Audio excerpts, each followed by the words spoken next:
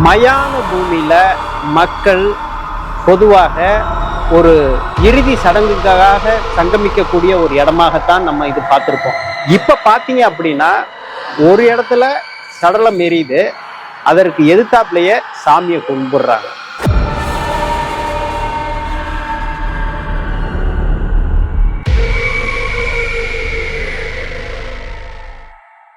இறுதி சடங்குக்கு பிணங்களை சுற்றி பானை உடைக்கக்கூடிய நிகழ்வும், அதே நேரத்துல இங்க எதிர்த்தாப்புலயே கால பைரவர் நிர்வாணமாக நிற்கக்கூடிய ஒரு மிகப்பெரிய சிலையும் அதற்கு கற்சிலையும் அதற்கு அபிஷேகமும் நடக்கக்கூடிய நிகழ்வு.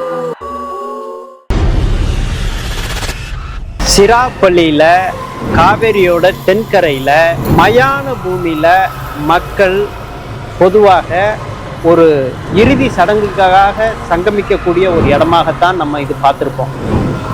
இப்ப நம்ம நிக்கிறது திருச்சிராப்பள்ளி மாநகரம், நம்ம காவேரி தென்கரையில 15வது வட்டத்துல நம்ம இருக்கிறோம்.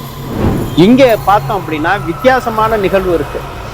இங்க மயானம் இருக்கு, எரிமேடை சுடுகாடும் இருக்கு, எரிக்கக்கூடிய காடு இருக்கு. இதை ஓயாமரி என்று சொல்றாங்க. ஓயாமல் எரியூட்டக்கூடியதுனால இந்த காட்டை ஓயாமரி காடு என்று திருச்சி மக்கள் அழைக்கக்கூடிய ஒரு வழக்கு சொல்ல ஆயிடுச்சு.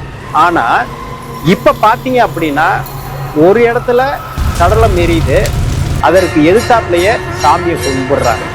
சடலம் எரியுவதும் சாமிக்கு தீபார்த்தனை காட்டுவதும் நேர் எதிர நடக்கிறது தான் இந்த இடத்தோட ஒரு பெரிய ஒரு மிகப்பெரிய ஒரு நிகழ்வாக மக்களால் பார்க்க முடியும். காட்டுலலாம் பெண்கள் வரக்கூடாது என்று சொல்லுவாங்க.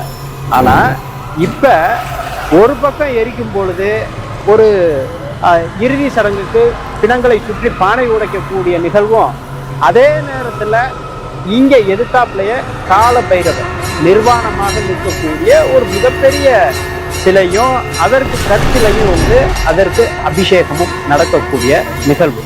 அதற்கு 4 கால பூஜை செய்து மக்களுக்கும் பிரசாதம் கொடுத்துட்டு இருக்கிறாங்க. அதற்கு முன்புறம் வடக்கு நோக்கி ஹரிச்சந்திரன் இருக்கிறார், சூரிய குலத்தின் 28வது அரசன்.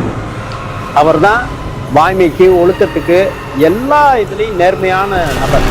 அந்த ஹரிச்சந்திர சக்கரவர்த்தியோட சிலையும் இருக்கு. தெற்கு நோக்கி காலபைரவரோட ஒரு சன்னதியும் இருக்கின்றது. இது எல்லாமே இருக்கக்கூடிய இடம் ஓயாமரி சுடுகாடு. இதே போல நல்ல பல பயனுள்ள கருத்துக்களை அறிந்து கொள்ள, தெரிந்து கொள்ள, புரிந்து கொள்ள எஸ்பிசி மீடியா பிளஸ் சேனலை சப்ஸ்கிரைப் பண்ணுங்க, பெல் பட்டன் கிளிக் பண்ணுங்க, ஆல் பட்டன் கிளிக் பண்ணுங்க, ஒவ்வொரு பதிவையும் லைக் பண்ணி ஷேர் பண்ணுங்க.